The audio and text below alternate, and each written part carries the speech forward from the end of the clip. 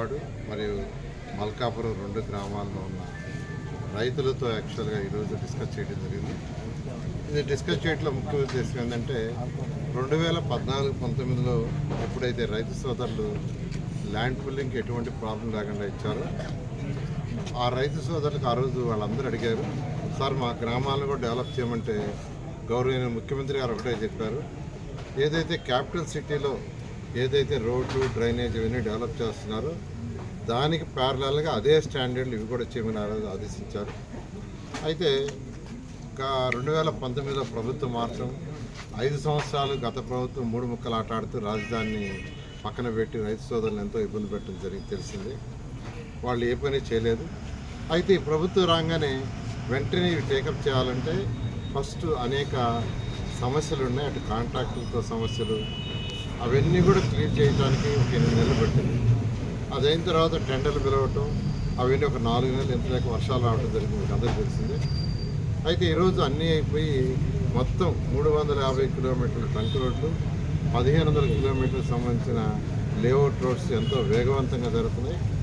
అవన్నీ కూడా అనుకున్న టైంలో అయిపోతాయి. అయితే గ్రామాల్లో ఏదైతే ఇన్ఫ్రాస్ట్రక్చరు దానికి ప్యారలల్గా ఇవ్వదలుచుకున్నామో అవన్నీ లేఅవుట్స్ యొక్క లెవెల్స్ పూర్తయినాయి. ఇప్పుడు అంటే ప్రతి గ్రామానికి పక్కనున్న ట్రంక్ రోడ్స్ కానీ లేఅవుట్స్ కానీ ఏ లెవెల్లో ఏ హైట్లు వేయాలని ఫైనల్ అయింది. అందుకని గ్రామాల్లో కూడా ఏదైతే మాట ఇచ్చామో దాని ప్రకారం చేస్తామని ఈరోజు నేను శాసనసభ్యులు వచ్చి ఈ 2 విలేజ్ల్లో డిస్కస్ చేసాం.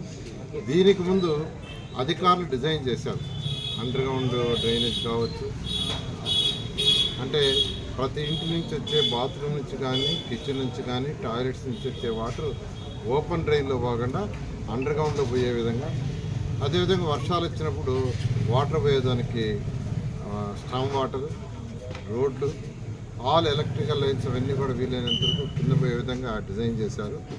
అయితే శాసనసభ్యులు ఒక మాట చెప్పారు, ఇవన్నీ వాళ్ళకి చూపించి ఫైనల్ చేసి చేస్తామని ఆల్రెడీ వాళ్ళకి ఇవ్వడం జరిగింది. శాసనసభ్యులు ఒకసారితో డిస్కస్ చేశారు. నేను కూడా వస్తాను గ్రామాలకు అని చెప్పాను. ఈరోజు ఈ 2 గ్రామాలకు తీసుకెళ్ళాను. వాళ్ళు కూడా కొన్ని సమస్యలు చెప్పారు, చెరువు సమస్యని, కోనేరు సమస్యని, ఇట్లా కొన్ని సమస్యలు గ్రామకంటూ ఖచ్చితంగా ఇవన్నీ కూడా పరిశీలించి అన్నీ సాల్వ్ చేస్తాం.